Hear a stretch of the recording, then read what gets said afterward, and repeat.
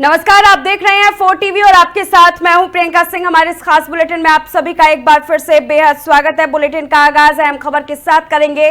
मध्य प्रदेश की राजधानी भोपाल से बड़ी जानकारी सामने आ रही है। सीएम मोहन यादव ने आज तकनीकी शिक्षा विभाग की समीक्षा बैठक ली। बैठक में विभाग से जुड़ी योजनाओं, सुधारों और मौजूदा ढांचे पर विस्तार से चर्चा हुई। सीएम ने अधिकारियों को निर्देश दिए कि राज्य में तकनीकी शिक्षा को और बेहतर और जमीनी बनाया जाए, ताकि छात्र सिर्फ डिग्री नहीं बल्कि स्किल और रोजगार के साथ आगे बढ़े। बताया जा रहा है कि इस बैठक में तकनीकी संस्थानों में फैकल्टी की गुणवत्ता, रोजगारोन्मुखी पाठ्यक्रम और नए टेक्नोलॉजी इंटीग्रेशन जैसे कई मुद्दों पर विचार किया गया। बहरहाल सीएम मोहन यादव के इस कदम को तकनीकी शिक्षा के क्षेत्र में सुधार की दिशा में एक बड़ा संकेत माना जा रहा है।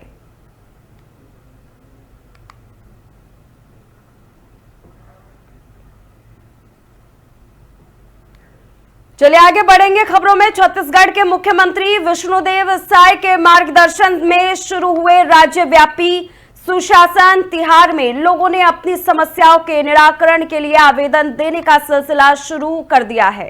ग्रामीण और शहरी क्षेत्रों में लोग बेझिझक आवेदन दे रहे हैं। लोगों को भरोसा है कि उनकी समस्याओं के निराकरण के लिए त्वरित पहल की जाएगी। बता दें कि सुशासन तिहार के पहले चरण में आम लोगों की समस्याओं के निराकरण के लिए 8 से 11 अप्रैल तक राज्य के सभी ग्राम पंचायतों, नगरीय निकायों और जिला मुख्यालयों में आवेदन लिए जा रहे हैं। सुशासन तिहार 3 चरणों में आयोजित होगा। पहले चरण में 8 अप्रैल से 11 अप्रैल 2025 तक आम जनता से आवेदन प्राप्त किए जाएंगे। वहीं दूसरे चरण में लगभग 1 महीने के भीतर प्राप्त आवेदनों का निराकरण किया जाएगा। तीसरे और अंतिम चरण में 5 मई से 31 मई 2025 के बीच समाधान शिविरों का आयोजन किया जाएगा। सुशासन तिहार हमारे प्रदेश में प्रारंभ हुआ है, उसके विषय में बताना चाहूंगा कि हमारी सरकार को अभी 15 महीने हुए हैं और 15 महीने में मोदी की गारंटी में जो भी पार्टी का, हमारे माननीय प्रधानमंत्री जी का छत्तीसगढ़ की 3 करोड़ जनता से वादा था, उसको पूरा करने का प्रयास किए हैं। चाहे वो प्रधानमंत्री आवास की बात हो या किसानों का धान खरीदने की बात हो, उनका धान का कीमत 3100 रुपये प्रति क्विंटल देने की बात हो, या महिला लोगों के सम्मान में महतारी बंधन की बात हो, तेंदुपत्ता का कीमत बढ़ाने की बात हो, रामलला दर्शन योजना हो, पीएससी घोटाला की जांच हो, ये सब सारा जो मोदी की गारंटी में जो वादा था छत्तीसगढ़ की जनता से, उसको 15 महीने में पूरा करने का। चलिए आगे बढ़ेंगे छत्तीसगढ़ की ओर, जहां के जशपुर जिले में आज विकास की रफ्तार पर खास फोकस रखा गया। वित्त, वाणिज्यिक, कर और जिले के प्रभारी मंत्री ओपी चौधरी 1 दिवसीय दौरे पर जशपुर पहुंचे, जहां उन्होंने जिला पंचायत सभा कक्ष में अधिकारियों के साथ अहम योजनाओं की समीक्षा बैठक की। बैठक में प्रधानमंत्री आवास योजना, जनमन योजना, मनरेगा, पशुपालन, medical college, railway project, tower समस्या से लेकर लंबित पुल पुलिया और सड़कों तक के मामलों की बारीकी से समीक्षा की गई। प्रभारी मंत्री ने साफ निर्देश दिया कि प्रधानमंत्री आवास योजना केंद्र और राज्य सरकार की प्राथमिकता है और जून तक सभी स्वीकृत आवास पर हाल में पूरे होने चाहिए। साथ ही धरती आबा योजना और जनमन योजना के जरिए पहाड़ी, कोरवा जैसे विशेष पिछड़ी जनजातियों को सीधे लाभ पहुंचाने की बात कही गई। उन्होंने ये भी कहा कि जशपुर मुख्यमंत्री का गृह जिला है, ऐसे में यहाँ के हर अधिकारी और जनप्रतिनिधि को मिलकर बेहतर काम करना होगा, ताकि आम लोगों के जीवन में बदलाव लाया जा सके। बैठक में अवैध बालू उत्खनन पर सख्त रुख दिखाते हुए मंत्री ने माफियाओं पर शिकंजा कसने के निर्देश दिए हैं। वहीं पत्थलगांव के बाग बहार में बिजली की समस्याओं के स्थायी समाधान और टावर कनेक्टिविटी की समस्याओं को भी प्राथमिकता में रखने की बात कही गई। कुल मिलाकर जशपुर के विकास को लेकर अब जमीन पर तेजी से काम होता दिख सकता है, बशर्ते अधिकारी मंत्री के निर्देशों पर गंभीरता से अमल करें।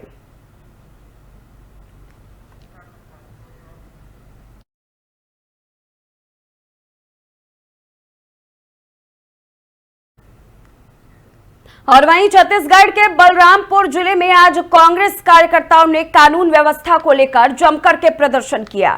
कार्यकर्ताओं ने गृह मंत्री विजय शर्मा का पुतला दहन करते हुए प्रदेश में महिलाओं के खिलाफ बढ़ते अपराधों को लेकर बीजेपी सरकार को घेरा। कांग्रेस कार्यकर्ताओं का आरोप है कि दुर्ग जिले में 6 साल की मासूम बच्ची के साथ दुष्कर्म जैसी जघन्य वारदात हुई, लेकिन प्रशासन की तरफ से कोई त्वरित कार्रवाई नहीं हुई। कांग्रेस नेताओं का दावा है कि अगर वे सक्रिय नहीं होते तो आरोपी आज भी खुले में घूम रहा होता। प्रदर्शनकारियों ने कहा कि जिस सरकार में बेटियां सुरक्षित नहीं हैं, उस सरकार और उसके गृह मंत्री को नैतिकता के आधार पर इस्तीफा दे देना चाहिए। गुस्साए कार्यकर्ताओं ने बलरामपुर में पुतला दहन कर कड़ी चेतावनी दी है कि अगर जल्द ऐसे मामलों में सख्त कार्रवाई नहीं हुई तो कांग्रेस सड़कों पर उतरकर बड़ा आंदोलन करेगी। साथ ही आरोपी को कड़ी से कड़ी सजा दिलाने की मांग भी की गई। दुर्ग भिलाई में एक मोहनपुर थाना है, उसी थाना के अंतर्गत रामनवमी के दिन एक नाबालिग बच्ची भोज में जा रही थी, कन्या भोज। उसके बाद उसका अपहरण करके उसके साथ बलात्कार, उसका हत्या करना, ये छत्तीसगढ़ सरकार की निकम्मेपन की परिचय है। इतनी बड़ी शहर में, इतनी बड़ी आबादी के बीच ऐसी घटना घटना और कांग्रेस के सक्रिय होने के बाद इनके द्वारा मुलजिम को पकड़ा जाना, ये दुर्भाग्य की बात है। और हमारी मांग है कि दोषी को जितना कड़ी से कड़ी सजा हो सरकार। और वहीं छत्तीसगढ़ के एमसीबी जिले के कोयलांचल नगरी चिरमिरी से एक ताजगी भरी और सेवा भाव से भरी खबर सामने आ रही है। हर साल की तरह इस बार भी एसईसीएल चिरमिरी क्षेत्र के श्रद्धा महिला मंडल और संपदा महिला समिति ने इंसानियत की मिसाल पेश करते हुए एनसीपीएच कॉलरी और कुरासिया कॉलरी में सार्वजनिक प्याऊ की शुरुआत की है, जो लगातार 3 महीनों तक चलेगा। इस प्याऊ का शुभारंभ श्रद्धा महिला मंडल की अध्यक्ष संगीता श्रीवास्तव ने फीता काटकर किया। इस मौके पर राहगीरों, बच्चों और बुजुर्गों को जलजीरा शरबत, फल मिक्सर और बूंदी का स्वादिष्ट स्वागत मिला। संगीता श्रीवास्तव ने बताया कि ये पहल हर साल की तरह इस बार भी कई जगहों पर की जा रही है, ताकि गर्मी में किसी को प्यासा ना रहना पड़े। खास बात यह भी रही कि इंसानों के साथ साथ पक्षियों के लिए भी अलग से पानी की व्यवस्था की गई है। चिरमिरी की इस सेवा भावना को वाकई सलाम करना बनता है। अभी हम लोग 6 जगह खोल चुके हैं और ये श्रद्धा महिला मंडल के सौजन्य से हम लोग खोलते हैं अपने अपने एरिया में, जहाँ जरूरतमंद लोगों को, खदान में जहाँ मजदूर काम करते हैं, जहाँ जरूरत है उन लोग के लिए प्याऊ खोला जाता है। गर्मी में उन लोग को पानी मिल सके उन लोगों को सही, तो सब जगह हम लोगों ने ये जलजीरा शरबत, और ये हमारा 3 महीने चलेगा ये। अच्छा, पूरे 3 महीने चलेगा। पूरे 3 महीने हम लोगों ने अपने एम्प्लॉई हैं जो बैठे थे, विकलांग हैं, उन लोगों को हम लोगों ने इसमें अपॉइंट। और वहीं छत्तीसगढ़ के जांजगीर चांपा जिले से एक ऐसी तस्वीर सामने आई जो सरकार की मंशा और जमीनी हकीकत के बीच फर्क को साफ कर देती है। मामला है नवागढ़ तहसील का, जहां तहसील कार्यालय के सामने ही शासकीय जमीन पर खुलेआम बेजा कब्जा कर मकान बनाया जा रहा है। चौंकाने वाली बात यह है कि शिकायतों के बावजूद अब तक प्रशासन की ओर से ना तो कोई ठोस कार्रवाई हुई और ना ही अवैध निर्माण पर बुलडोजर चल पाया। स्थानीय लोगों का आरोप है कि राजस्व विभाग के कुछ अधिकारी खुद इन कब्जाधारियों को संरक्षण दे रहे हैं और बीजेपी सरकार को खुलेआम चुनौती दी जा रही है। लोगों का कहना है कि ट्रिपल इंजन की सरकार होने के बावजूद नवागढ़ में कानून की धज्जियां उड़ रही है और जिम्मेदार अधिकारी और जनप्रतिनिधि मौन साधे बैठे हैं। यही वजह है कि अब जनता का बीजेपी सरकार से भरोसा उठता दिख रहा है और चौक चौराहों पर सरकार की नीतियों पर सवाल खड़े हो रहे हैं। बहरहाल देखना होगा कि क्या अब भी प्रशासन जागेगा या फिर अवैध कब्जाधारी ऐसे ही बेलगाम रहेंगे। इस संबंध में एक शिकायत प्राप्त हुई थी तो हल्का पटवारी से रिपोर्ट लिया गया है।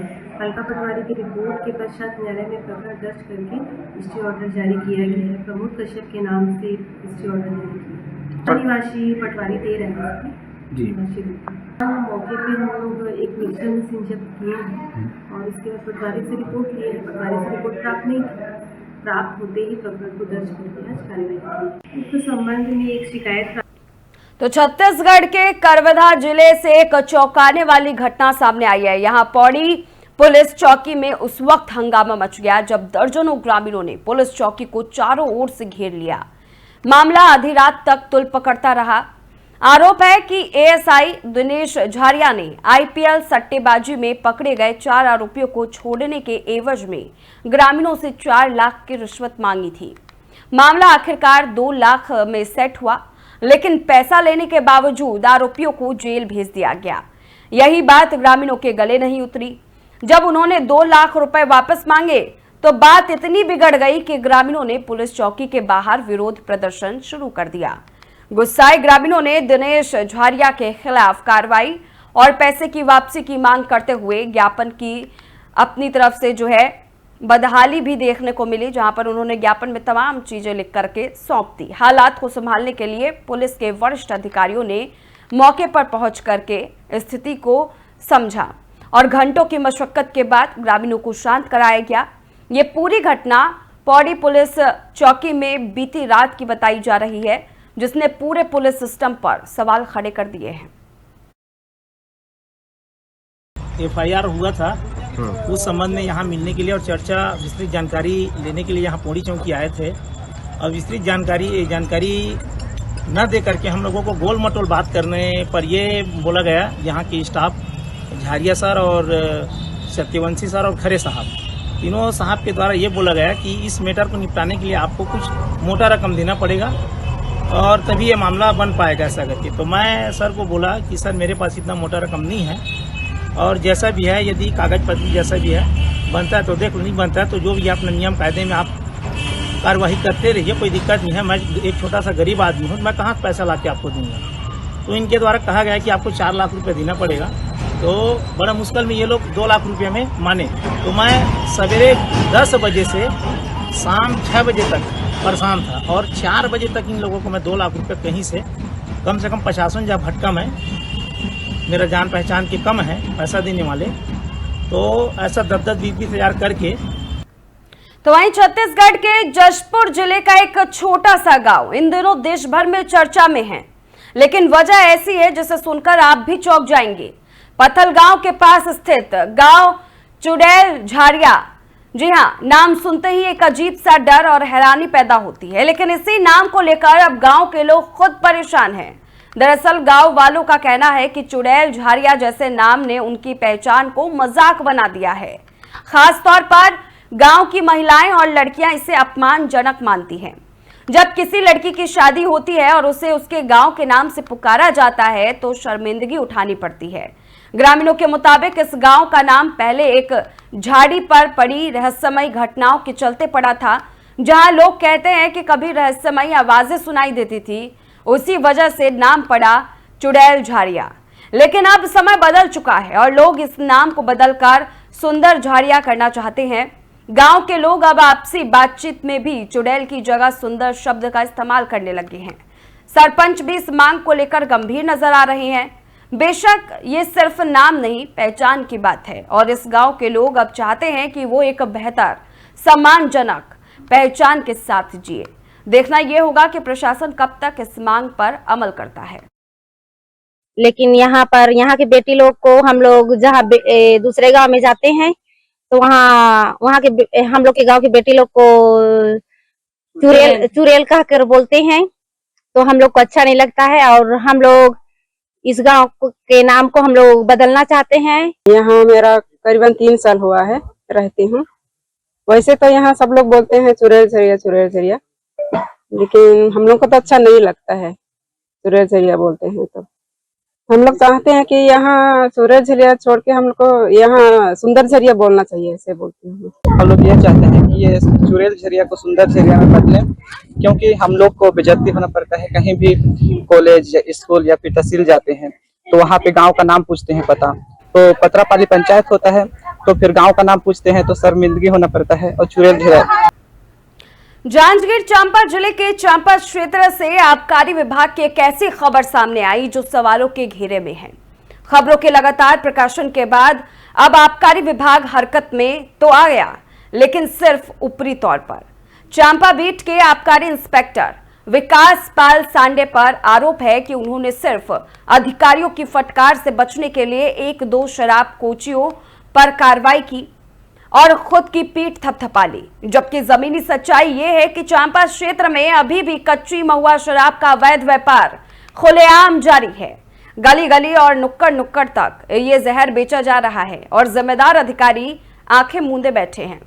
स्थानीय लोग और जनप्रतिनिधि अब आबकारी विभाग से पूरी तरह नाराज है। उनका कहना है कि विभाग सिर्फ दिखावा कर रहा है और असली शराब माफियाओं पर कोई ठोस एक्शन नहीं ले रहा। अब सवाल ये कि क्या जिले के जिम्मेदार अधिकारी विकास पाल सांडे जैसे अफसरों की मिलीभगत को अनदेखा करते रहेंगे या फिर चांपा को इस अवैध शराब के जाल से सच में मुक्त कराएंगे।